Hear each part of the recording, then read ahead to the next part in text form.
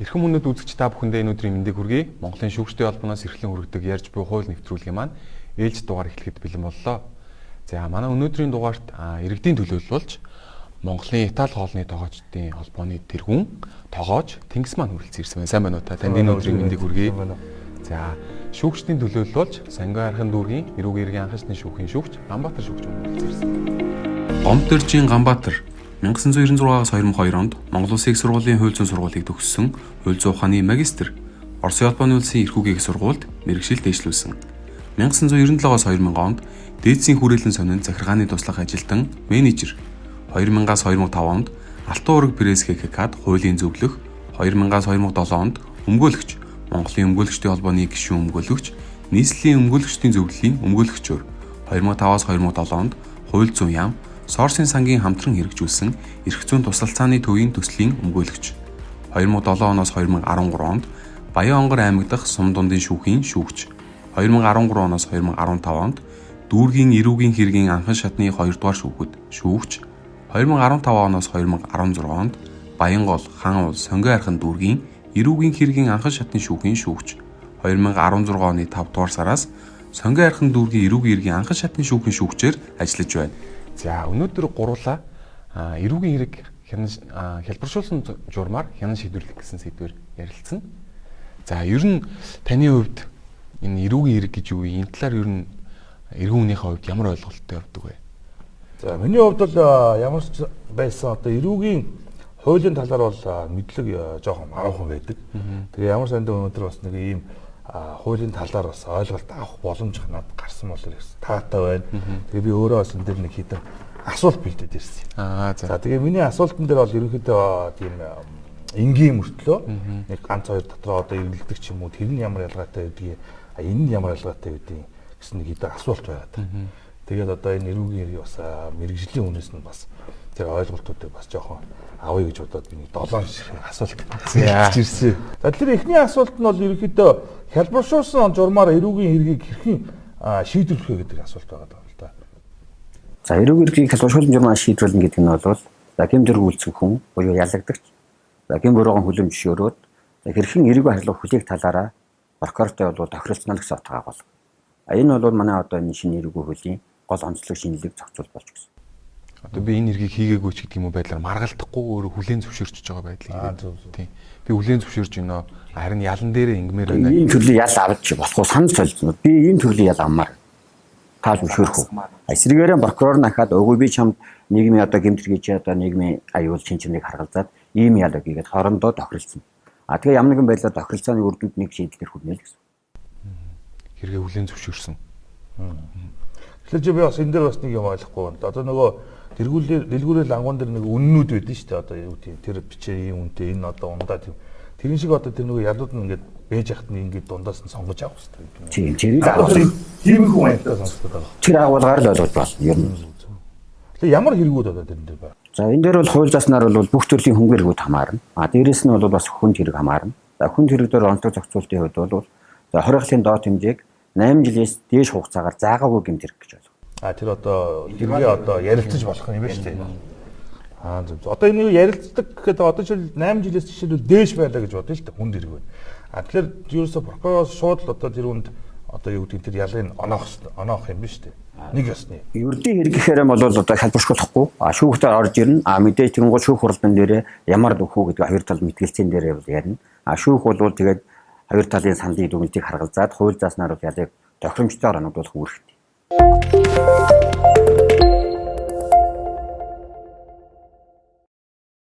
Тэгэхээр бас одоо таныг ингээд над тайлбарлаж одоо яг нөгөө хуулийн өрөөнд тайлбарласан ч гэсэн би бас дахиад бас сайн ойлгохгүй байгаа байхгүй. Одоо жишээл юун дээр гэхээр энэ шалгуур тий одоо шаардлага юу вэ? Тохиролцоо гэдэг нь бас юу гэдэг юм бэ?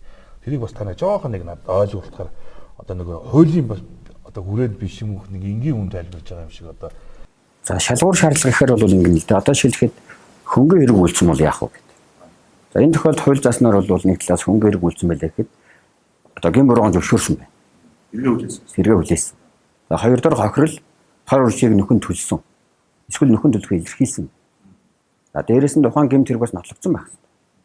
За мөн тухайн одоо ингээд хавчуулсан журмаа шийдсэний үр дагаврыг тэр одоо тохиролцохгүй ялдагдчих бол бүтээн зөвшөөрсөн ойлгосон ийм шалгуурууд тавь. За хүн төргийн хувьд бол мэдээж гэмбурган зөвшөөрсөн байна. За тухайн үйлцэн хэрэг нь бол нотлогдсон байх ёстой. Хамгийн гол шаардлага бол тухайн хүн төргийн болон авчирсан хохирлыг заавал нөхөн төлсөн байх ийм шаардлагатай. Энэ нөхцлүүд хангагдсан байх юм бол прокурорт хүчилтийн гаргах боломжтой. Энэ тохиолдолд бол прокурортой ялан тохиролцож болно л гэсэн. Одоо тэгэхээр тохиролцсон гэдэг байгаа процесс чинь болохоор ерөнхийдөө одоо юу гэдгийг цаад хэрэгээ хүлээсэн. За нөгөө одоо хохирогчоо одоо нөгөө нэг хохирлгүй болгосон хохирлгүй тий сэтгэл санааны ч юм уу материалын ч юм уу тийм тохиолдолд одоо прокурортойгоо бас дахин одоо энэ хялбаршуулах журмаар бас тохиролцож болно гэсэн үг. Тэгэж ойлгоо. Зөв. Одоо яг ингэж хэлэх надад бас ойлгомжтой санагдаж байгаа байхгүй. Тэгэхээр одоо нөгөө нэг тохиролцоод одоо би ялаа ингэж аавна гэх нөгөө энгийн үн чинь би нөгөө бас ойлгохгүй тий одоо олон төрлийн ял байдаг. Тэрийг сонгож яав гэдэг. Одоо шинэ нэг жишээ авч болно шүү дээ тий. Эргүүлэн тусгаангийн 11-ийн 1 дэх заасан гэмтрэг үйлдсэн. Тухайн хэрэг бол хүн хэрэг. За нодуулах ялын хувьд 20 хэл бол 2-8 жилийн арга хэлтэй. За энэ тохиолдолд одоо яах вэ гэж байна. За тэгэх юм бол нөгөө гэмтрэг үйлдсэн этгээд бол мэдээж тохиролцсон. За би тэгвэл 1 жилийн 20 хэл авч болох уу? Би ийм саналтай байна. Саналаа өгж байгаа юм байна шүү дээ. А тэгвэл прокурор одоо ярилцсан. За тухайн гэмтрийг одоо нийгмийн айлын шинжлэх хэрэг хэмжээ юу вэ? Хор оршиг нь юу вэ? Гин буруугаа яг хүлээн сайн дураараа хүлээн зөвшөөрсөн үү? Охир төлөгдсөн үү? Хор оршиг нь юу вэ? Бүх талаас нь харгалзаад нэгээс одоо яг 2 жилийн хугацааны дотор тохиролцож болно. А эсвэл дээдлийн хэмжээ 8 жилийг 2 дахин багасгаад 4 жилийн дотор бас тохиролцож байна. Нэг гэсэн бол 8 жилийн ч өгж болох юм. А тохиролцоо тохиолдолд 8 жилийг өгөхгүй. Дээдлийн хэмжээг 2 дахин, доотлын хэмжээг 2 дахин багасгана гэсэн агуулгатай. Хуулийн зохицуул байгаа учраас ер нь бол 1-ээс 4 жилийн 20 жилийн хооронд тохиролцоно гэсэн. Зөв. Одоо тэгвэл би яг ойлгож эхэлж байгаа байхгүй. Тэгвэл тийм учиртай байд юм байна шүү дээ. Одоо надад бас нэг асуулт байна л дээ. Энэ эрүүгийн одоо ял тохирох гэдэг нь те бас ямар хэлбэрээр байж болох вэ? За хөнгөн хэргийн хувьд бол шийдэхэд бүх төрлийн одоо хөнгөн хэргийн хувьд ялаас чөлөөлөж болно. Нэг талаас. За нөгөө талаас 20 хэл эсвэл зочрохыг хязгаар хэлийг оногдуулахгүйгээр тэнсээд зөвхөн одоо үүрэг хүлээлгэх эсвэл хязгаар тогтоох албатай хэмжээ хэрэгжилж болно. Эсвэл 20-оос өөр төрлийн хөнгөн ялыг сонгох боломжтой. Тэр нь одоо яг яаж 20-оос өөр төрлийн их юм бол торгох, за эсвэл нийс тустай ажил хийх ял гэсэн ийм агуулгын хэмжээнд. Заавал нийгмээ тусгаарлахгүйгээр л гэсэн агуулга. Гэхдээ би бас одоо энэ нөгөө тэнсэн харгалзах гэж энэ би бас одоо ял гэж бодоод байгаа шүү дээ. Тэнсэн гэдэг нь бол ял биш л дээ. Ер нь бол ялыг одоо бичлэн илүүлэхгүй. Тодорхой хугацаанд бол хяналт тавина. А энэ хугацаанд бол чамд үүрэг хүлээлгэн хязгаарлалт тавина л гэсэн агуулгатай. Хязгаарлалт нь жишээлбэл юу байх вэ? Одоо хууль заасан баг. Одоо жишээлхэд орчин суух газраа өөрчлөлтөө заавал ерөнхий байгууллагад мэдэгдэх. Ер нь тогтоо орчин хугацаа мөн одоо тийм ерөнхий байгууллагад заавал мэдэгдэх үүрэгтэй. Тодорхой төрлийн бас хязгаарлалт төлөв тогтоож болно. Жишээлхэд одоо цогцлуулах хундаа зүйл хэрэглэхгүй. За эсвэл одоо мансвар төрлийн бодисыг хэрэглэсэн тийм хүн байлаа гэхэд энэ төрлийн бодисыг дахин хэрэглэхгүй. Тийм хязгаарлалт тогтоо. Тэгэхээр энэ үүргээ биелүүлэхгүй бол одоо бодитоор ял оногдуулсан. Одоо тэр нөгөө заацсан тэр тэнсэн тэр одоо юуг жинкнэр илүүлнэ гэсэн үг юм шүү дээ. Одоо жишээл тэнсэн харгалзах одоо ял авсан тохиолдолд одоо яг ялыг аваагүйгээр дүгнээд одоо тэр хоорондоо жишээл гадагшаа дотгошоо явах тийм боломж байдаг. Бас хязгаарлалтууд тавь гэдэн. Заавал зөвшөөрөл авна гэж байна. Орчин явахтаа ингээд тийм хязгаарлалт тогтоож байна. Хэрвээ ингэж орчин явахтаа зөвшөөрөл аваагүй тэгээд ялыг нь одоо нийтлүүлнэ гэж байна. Ял оногдуулаад ялыг нийтлүүлээд нийгмээс тусгаарлах эсвэл хууль заасан тухайн төрлийн ялуудаас сонгож оногдуулна л гэж байна. Би одоо тэнсэн харгалзах ял гэдэг чинь одоо тэнсэн харгалзах гэдэг чинь би бас одоо яг ял авсан мэтэр бас бодоодсэн байхгүй. Тэгэхээр энэ бол ял биш юм байна тийм. Ялыг одоо илрүүлэх онцгойж байна. Заавал тусгаарлахгүйгээр хяналтанд оруулах л тийм одоо тусгаарлах. Одоо хэрэг хийвэл тэгээ энэ ч одоо жинкнээс одоо ял үгүй шүү гэсэн. Тийм юм байна. Зөв. Тэгээ миний бас бодлоо одоо юу гэдэг зөвхөн биечлэхгүй бас нөгөө одоо их хуулийн одоо чиглэл рүү ажил төрөл эрхэлдэггүй одоо хүмүүс шүү дээ. Одоо жишээл манай одоо салбарын ч юм уу тий одоо манай таньдаг нөхдүүд байдаг. Бас хоорондоо бас буруу зүрх ярьж исэн юм бол байна л да. Би бас тэрийг бодож одоо дундаас нэг асуултуудыг бас бодсон юм. Ялангуяа одоо энэ саяны тэнсэн харгалзах ялан дээр бас хүмүүс өөр ойлголттой байдаг надад санагдсан байхгүй. За тэгэхээр бас одоо хялбаршуулах тухай тий хүсэлтээ одоо хизээд нь одоо тэр яг одоо үйл явц дундаа бас гаргаж болдог. Жишээлбэл одоо цагдаагийн байгууллага төр байх юм, прокурорын байгууллага, шүүх хурлынхаа үед одоо хийдэг юм уу? Тэрийг одоо хизээд нь яг хинтэйгээ бас ярилцах ёстой байдаг. За хүсэлт гаргах дээр бол хуулиар бол хоёр зам байгаа. Нэг талаас бол прокурор буюу одоо хэрэг нь прокурорын шатанд байгаа тохиолдолд хүсэлтээ гаргах. Энэ хүсэлтээ биш хялбаршуулах журмаар шийдэж өгөөч. Өгөөч гэдэг прокурор хүсэлтээ гаргах. За мэдээж хүсэлтэнд юу байх уу гэдэг нь угаасаа түрүүний ярьснаар бол за би гэмтрэг үйлцэнгийн мурган зөвшөөрөөд байна. Оглоон төлжлөө. Бусад бүх үр дагаврыг бол төлийн зөвшөөрнө гэсэн хүсэлтэй ангаар. Тэр хүсэлтийг прокурор бол хангах хэсгийг өөрөө шийднэ. Хангасан тохиолдолд бол одоо шуурхай явагдана. Дараагийн ажиллагаа нь. Ер нь процесс маш хурдан явж. Маш хурдан явна. Цаг хугацаа хэмнэн аль аль талдаа бол зардал хэмнэх гэсэн агуулгатай. Нөгөө нэг зам нь бол одоо прокурорын шатанд эсвэл одоо энэ хүсэлтийг хүлээж аваагүй. Эсвэл энэ одоо ялгагдчих итгээд бол тийм хүсэлтээ гаргаагүй өнгөрцөн бол хэрэг нь одоо прокурор шүүх рүү шилжсэн тэр тохиолдолд бол даруй гаргах, шүүхэд гаргах боломжтой. Зөв. Шүүхтэр бас дахин шүүхтэр гаргангууд шүүх бол тэрийг одоо хүлээж аваад талуудыг оролцуулаад урьдчилан хэлцүүлэх гэдэг журмаар тухайн хүсэлтийг шийдэх үгүүдийг хянан шийдвэрлээд заавал өөрөө шийдвэрлэх. Боломжтойгүй бол хүсэлтийг хангана, боломжгүйгүй бол хүсэлтийг хэрэгсэхгүй болоод ердийн журмаар явуулах ийм зохицуул. Ердийн журам гэдэг нь одоо түрүүний танд хэлээдсэн асуудал биш үү? Ердийн журам гэхээр өсөж халбаршуулахгүй, хуульд ямар ял өгсөн мэн тэрийг л ерөөхдөө хурдан дээрээс нь шийднэ гэсэн. Ямар зүйлийг бол тэрийг одоо шүүгч бол наач цааш нь болох боломжтой гэсэн. Ер нь бол хэлбэршүүлсэн журам ердийн журмын ялгаа ус энд хэлж ий да тий.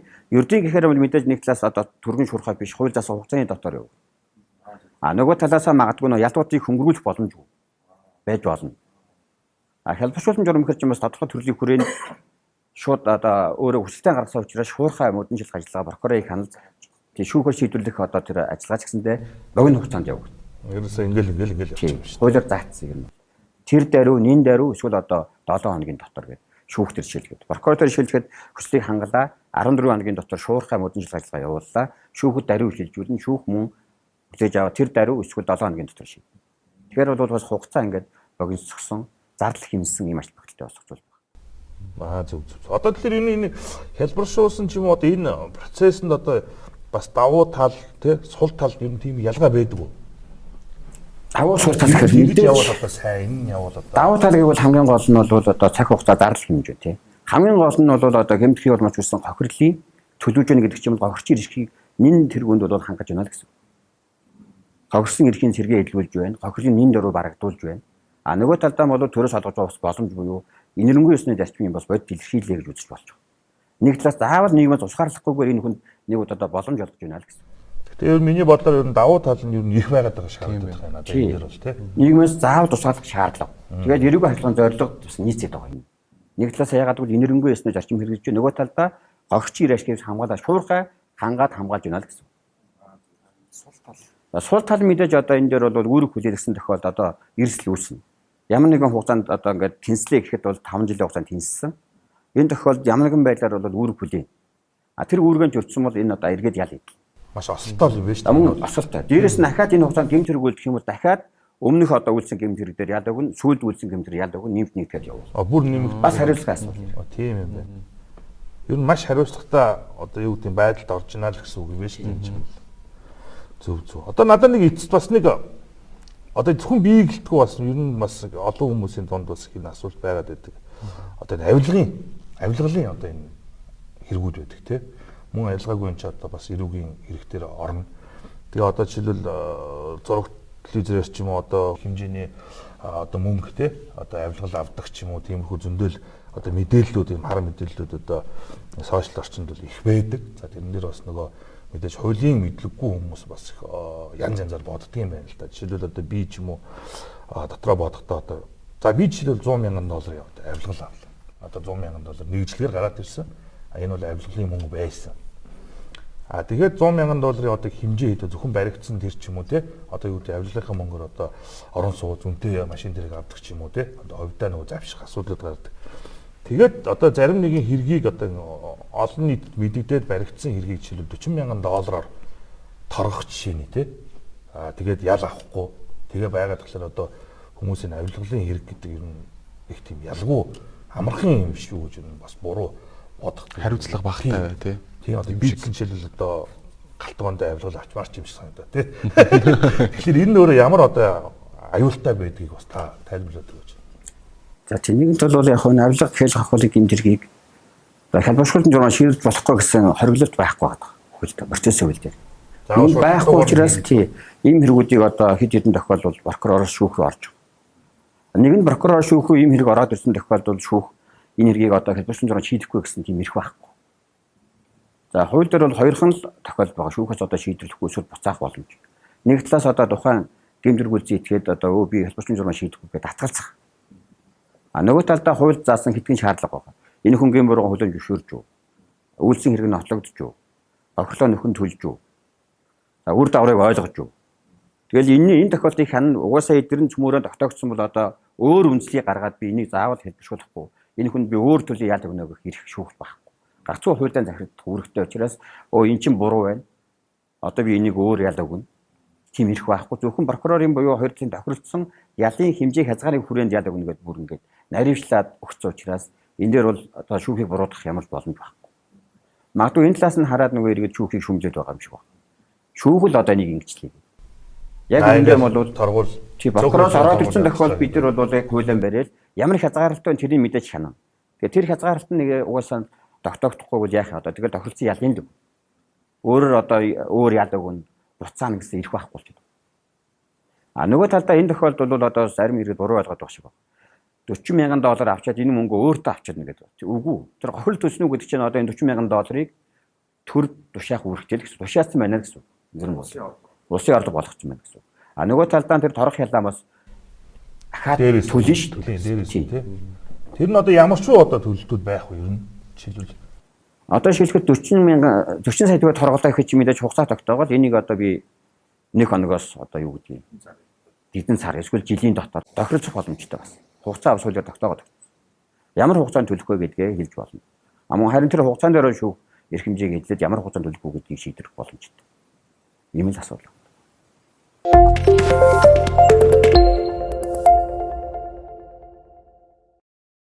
Ерөнхийдөө бол мэдээлэл бол нэлээд одоо ингээд ярилцаад суухад бол хууч мэддгүй байдаг юмудаа бол айгүй сайн мэдэж авч байна одоо. Тэгээд бас нэг зүгээс та бүхнийг одоо ийм хуулийн өрөөний ийм гоё ард иргэд одоо мэдээлэл өгч байгаа төлөв нь өшөө цаашдаа байвал их зүгээр санагдлаа. За би ер нь нэмээд одоо энэ дээр бичиж ирээгүй юмудаас бас нэг өөрийнхөө одоо иргэн хүний хувьд бас дахиад нэг тодруулга бас авчмаар байна л да. Энэ одоо юу гэхээр жишээлбэл авилга гэдэг бол одоо зөвхөн Монголч гэлтгүү одоо гадаад те Япон одоо Солонгос ч гэдэг юм уу. Нэгэн одоо ялангуяа албан тушаалын авилгыг бол маш хүн дээр авч үздэг. Одоо жишээл манай хөрш орон биш хятад бас. Авилгалаас одоо тэр хэдэн дөрөвч авсан хамаагүй юм тэгэл цааз юм биш одоо ер нь би ойлголтоор бол тийм байна. Хард аймаг наймаалцсан бол цаазын ялтай те бүх насаар нь хойлдог. Авилгал бол бүх насаар юм аясвал цааз. Тэгээд Монголын одоо энэ хуулийн дээр яагаад энэ дэр одоо энэ хялбаршуулсан гэдэг заалт нь бас одоо энэ авилгалын хамаарчаад байгаа юм бол. Одоо жишээл иргэд бол авилгал авсан бол энэ ерөөсөө одоо энгийн иргэдийн хувьд бол энэ төрд ажиллаж байгаа хүмүүс бол авилга аавна гэдэг бол хамгийн одоо юу гэдгийг өндөр одоо гэмт хэрэг үйлдэж гин гэсэн одоо ойлголт байдаг л та. Тэгэхээр энийг яагаад одоо хуулиндаа тийм байдаг юм уу, байдгүй юм уу? Тэгээд тэрний талаар бас нэг асуух гэсэн юм. Түрүүн бол хэлсэн тэгээд тодтоод хэлэхэд бол юм байгаа юм л та. Албан эсрэг гэмтэргийг бол одоо процессын хууль хэрэггүй хуулиараа бошгуулсан жумаа шийдэж болохгүй гэсэн үндэд ерөөсөө хязгаарлаж өгөөгүй би хориглоог болчиход. Тэгээ хуулинда. Цаашдаа бол мэдээж одоо энэ таны ярьсан асуудал бол мэдээж хуулигдах шаардлагатай байх. Дээрээс нь яа шийтгэлийн асуудал ч гэсэндээ чангарах үндэслэл бол байна гэж хараад байгаа. Өмнө ус түрүү хэлсэн нөгөө 6 толтоо дээр бол заасан байдаг л да. Бошгуулсан жумаа шийдвэртэй холбоотой анхаарах бастай нэг асуудал бол тухайн гэмтэргийн одоо нийгмийн шинжнэх хэр хэмжээг харгалзнаа гэсэн асуудал байна. Энийг бол цаашдаа бол одоо мөрдөж прокурорын хувьд мөн шүүгчийн нарын хувьд ч гэсэндээ онцгой анхаарах шаардлага байна. Гэхдээ энэ зохицуултыг процесстэй хийж өгөхгүй бол бас нэг одоо шийдвэрлэхгүй буцаах үндэслэлд оруулж өгөхгүй бол боломжгүй тийм асуудал бас үүсэж байна. Тийм байл. Хуулийн дээр тийм байх л гэж одоо энэ чинь авилгалын одоо энэ хэрэг чинь бас нэг тийм айхтар хатуу бас юу гэдэг ялах боломжгүй болчиход байгаа юм шиг харагдаад байна. Нэг талаас одоо ингэж ойлгох нь бас миний бодлоор одоо бас хуулийн дээр өөрчлөлт оруулах хэрэгтэй юм шиг санагдаж байна л та надад зөв миний бодол бол яагаад тэр одоо авилгын хэрэг гэдэг чинь одоо бараг л байж болшгүй одоо зүйл гэж байна. Ерөөсөө тэрний чинь улс орны одоо бүх ирээдүй энэ авилгалд идэгцснээс одоо янз янзын бас тийм ийм асуудалтай улс орнууд одоо байж шүү дээ. Тэгэхээр энэ бол өөрчлөлт болмаар шүүх бол угаасаа тэгэл гагцуу хууль захирагдана. Хууль юу заасан бэ? Тэр хүрээн дээр л асуудал шийдэх учраас давуу сэтгэх одоо хуулийг нэмж өөрчлөлт оруулаад буруугаар тайлбарлаад эсвэл одоо хэрэгт орно. Тийм бол хариуцлагад орно. Тийм учраас хууль юу гэж заасан яг тэр процесс журмын хүрээн дээр л асуудал шийд. Тэг яг зөв миний бодлоор бол энэ хуулийг бол ер нь шинжилгэл хэрэгтэй юм байна. Одоо иргэн хүний хувьд бол бодоход.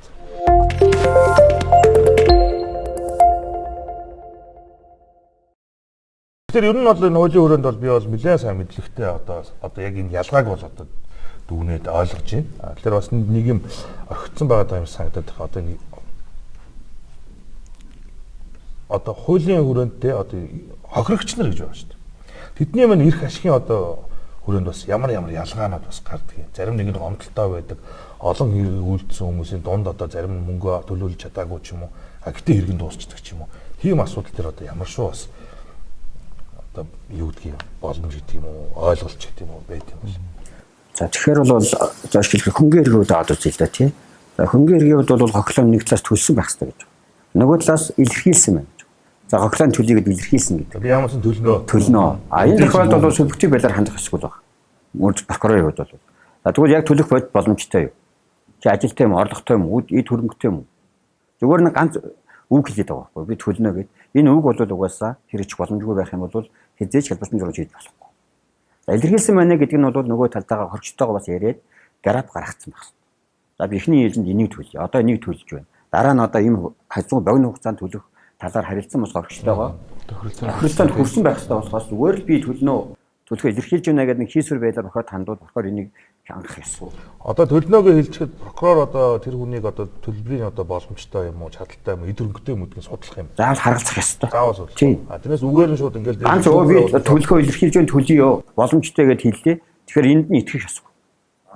Тэгвэл энэ хүн үнэхээр боломжтой ажил хийдэг, орлоготой, эд хөрөнгөтэй юу? Алинтай машинтай хайртайгаа яг бодит байдлаар энэ тэгвэл өвчин зэрэг илэрхийлсэн юм уу гэдэг асуудлыг заавал шалгасан байх хэрэгтэй. Энийг шалгахгүй бол нөгөө дараагийн таны ярьдаг дараа нөгөө нэг гомдол юмуд гардаг. Миний төлөхгүй шүү дээ. Тэгээ одоо жишээлбэл урьдчилаад хэдэн сая төгрөг өгсөн талын тэнцээ өгнөс одоо өгөхгүй жил болж байна. За энэ тохиолдолд тийм мэдээж одоо асуудал үүснэ. Тэгвэл анхнаасаа тэгвэл энэ ажиллагаа зөв явагдсан. Зүгээр хэлбэр төдий явагдчих юу гэдэг. Тэр одоо буцаад хэрэг үүсэх үү? Хэрэг үүсэх нь бол байхгүй. Зүгээр нөгөө нэг юу гэдэг одоо хохирын төлөхөө илэрхийлсэн гэдэг ингээд ялт хинсэгдчихлээ тий. Тэнгууд тодорхой хугацаанд үүрэг хүлээсэн төлнө гэдэг. Тэгэхээр энэ үүргээ төлөхгүй одоо төлөх үүргээ зөвшөөрөхгүй төлөөгөө гаргуулаагүй байх юм бол одоо нэг өөрөг жүрцэн гэдгээр харин одоо жинхэнэ яалав. Тийм үү? Тийм тэр одоо гэмдрэг үлдсэн хүн бол. Тэгэхээр бас үр дагавар бас хариуцлага бас байх. Давхар байх. Тэгэл одоо хаягдна гэж бол байх. Хаягдна гэж бол байхгүй. Хэрвээ одоо тэр төлнө гэдэг хэлсэн илэрхийлсэн үүргээ жүрчих юм бол шууд одоо тэр ялыг анагдуулна л гэж ойлгоо. Тэгэхээр нэг талаас хариуцлага байна. Нэг талдаа боломж уу одоо тэр инэрэнгүй хандсан. Би ч юм болоо тэгж ойлгоод байгаа байхгүй. Одоо шүүх хурал болоод ч юм уу. За ингээд хохирлын байгууллага юм ийм байна. За энэ хэргийг одоо ингээд хэрэгсгүй болгооч гэдэг юм уу. Нэг ийм хэрэг үүсэн шүү дээ. Тэнгууд одоо явцсан процесс нь би чамд одоо 2 жилийн хугацаанд одоо ингээд 50% мөнгө төлөйгээд сүүлийн одоо 3 4 жил 50% төлөөгүй тохиолдолд одоо тэр хэрэгсгүй болчих сэргэн гэсэн үг. Одоо жишээлбэл нөгөө нэг 2 жилийн хугацаанд би одоо олон сэдвийн хохиролтой байж бодъё л дээ. Тэгвэл би төлнөгийг арав гаргачлаа тий. Тэгэх юм бол өөрөө хүлээлгэж. Гэмтрийг бол маш үлдсэн хохирол харуулшгийг нөхөн төлөө гэдэг. Энэ хугацаанд гэдэг. Энэ хугацаанд төлөөгүй явах юм бол шууд хохирогч одоо гомлоо гаргачих төлөхгүй байна гэх юм бол прокурор гомлоо гаргаад шууд ялын сэргээж илрүүлнэ л гэсэн. Тийм. Зөв тэрнээс шүүхтэй бол яахгүй прокурор дээрэл прокурор сахаад амжаад өгүүлэлтээр ороод ир. Энэ хүн үүргэн биелүүлэг байна. Тийм учраас одоо ял анагдуулъя гэдэг үгэн бичээд ороод ирнэ. Тэгээ шүүх тэрийг шийднэ л гэсэн. Зөв. Тэгэхээр юм ингээд шүүх болоод дуусан гоо за ингээд энэ хүн ингээд сүүлд нь хаягдахгүй юм биш. Хаягдахгүй байнгын хяналтанд байна л гэсэн үг. Тийм юм байна. Нөгөө талдаа бас энэ гин буруугаа сайн дуран зөвшөөрсөн гэдэг дээр бас хийсвэр байдлаар хандж болохгүй болчиход байна. За зарим тохиолдолд практикаас ажиллахад бол одоо хамтран оролцоотой хэрэг дээр хин нэг нь одоо өмнөөс нь хэрэг хүлээгээд ороод их тохиолдол нэг ус удаа гараад байна.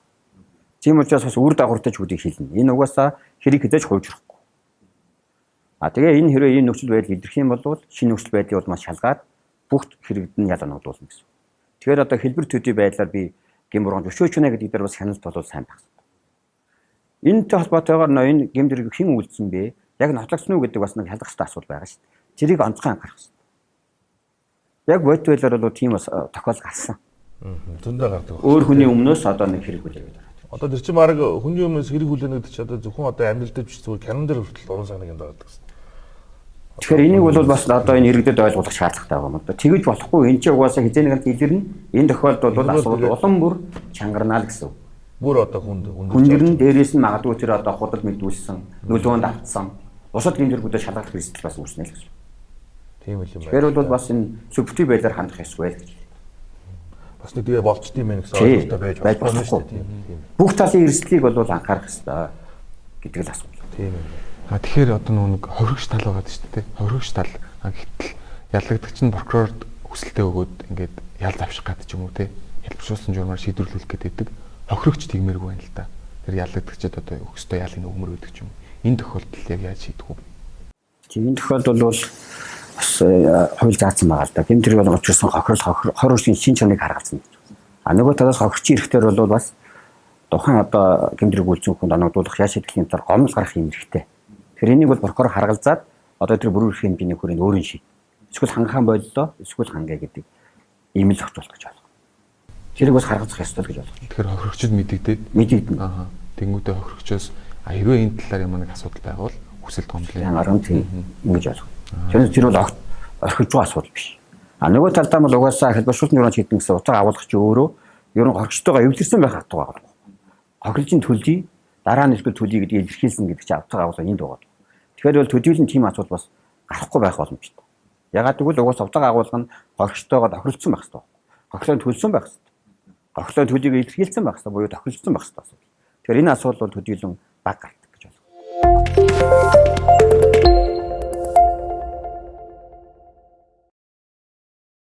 За ингээд гурлаа өнөөдрийн нэвтрүүлгээр ямар ч байсан эрүү эрэг хэлбэршүүлсэн журмаар хянан шийдвэрлэх те. Энэ яг хэлбэршүүлсэн журмаар хянан шийдвэрлэх гэдэг нь яадаг юм. Давуу болон сул тал нь юу вэ? Хохирогчийн энэ эрх ашиг нь яг энэ хэлбэршүүлсэн журам дээр ямар байдлаар хангагдаад байгаа юм те. Энэ байдлаар ер нь дэлгэрэнгүй мэдээлэл та авч чадвуу. Би бол одоо шал өөр одоо бодолтой байсан. Яг энэ одоо та хоёртай хамт өнөөдөр ингэ сууснараа бас нэлээд одоо их зөвхөн хуулийн нэг хэсэг шүү дээ тийм нэг хэсэг. Энэ дээр бол маш одоо олон одоо мэдээлэл авлаа. Ийм ялгаануудыг бас одоо ойлгодог боллоо.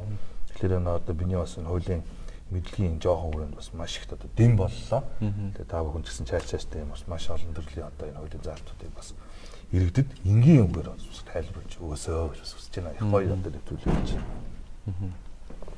За тэгэхээр шүүгчийн хувьд бас ер нь эргүүн хүнтэй одоо энэ хэлбэршүүлсэн журмын талаар ярилцахад ямар байв те? Ер нь бас үлдээсэн юм байвал танд өөр хэлэх зүйл байгаа бол. За хэлбэршүүлсэн журмаар шийдвэрлэх утга агуулга гэдэг бол түрүү ярьсан. Ер нь бол гол утга агуулга нь ерөөсөө л тохиролцох асуудал гэхээр гэмтрэг үйлцэг хүнд нэг талаас боломж олгож байгаа. Хэрэг хурдан жуугаа шийдвэрлэж байна. Нийгмээс тусгаарлахдахгүйгээр хүмүүжих боломжтой болгож байна чи. А нөгөө талаас энэ бол төрийн нэрнгүй ёсны зарчим хэрэгжиж байна гэсэн агуулга. Нөгөө талдаа бас хариуцлага, эрсдэл байгаа гэдгийг ямагт ойлгох хэрэгтэй гэж хэлэх гээд байна. Бодиттой ханд ямар нэгэн байдлаар хийсвэр худал мэдээлэл бол дараа нь ямар нэгэн тохиолдолд илэрх учраас хийсвэр байдлаар бусад одоо хамтран орогч нар нуух байдлаар тий эсвэл ямар нэгэн одоо төлбөрийн чадваргүй байж чадвартай гэсэн байдлаар нотлох хоримд гаргах ийм тохиолдол бол хорвож гэж нэгэнд илэрх учраас энийг анхаарах хэрэгтэй гэж. Нэг удаа алдаж болно, хоёр дахьтаа бол алдвал бүр том хариуцлага. Хариуцлага асуудал бол тийм. Улам бүр чангарнаа л гэж байна. Тийм л юм байна. Тийм. За мөн бас нэг анхаарах хэрэгтэй асуудал нь бол одоо хэлбэршүүлсэн журмаар хэрэг хянжуулах ажиллагаа гэх нь зөвхөн прокурорын шатн дээр бол тохиролцоод шүүх рүү ирж байгаа асуудал. Энэ тохиолдолд шүүх зөвхөн түрүү ярьсан зөвхөн хуулийн хэмжээ хязгаар хүрээнд шийднэ. Дахиад энийг одоо буцаа эсвэл би өөр төрлийн ял өгнө гэсэн юм боломж байхгүй. Энийг бол бас онцгой анхаарах шаардлагатай. Нэг боломж бол түрүү бас хэлсэн тий. Одоо шүүхтэр одоо хэрэг нэрсэн тохиолдолд мөн өвчлөлтөө гаргаад хэлбэршүүлэх боломжтой гэдэг. Энэ бол одоо тэр прокурорын шатны тохиолдолоос өөр утга агуулгатай гэдгийг ялгаж салах ойлгох зүйтэй гэж хэлдэг. Хоёр шатнд л одоо процесс. Тийм. Ямар тохиолдолд бол одоо шүүгч хэлэхэд одоо миний санаж байгаагаар бол энэ авьяа гадна тушаалын хэргийг өөр дөөрөө байлгаж байгаад энийг бид нар хэлбэршүүлъя гэсэн байдлаар шийдсэн тохиол баггүй. Энийг бол бас хэлэх нь зүйтэй гэж үзэж байна.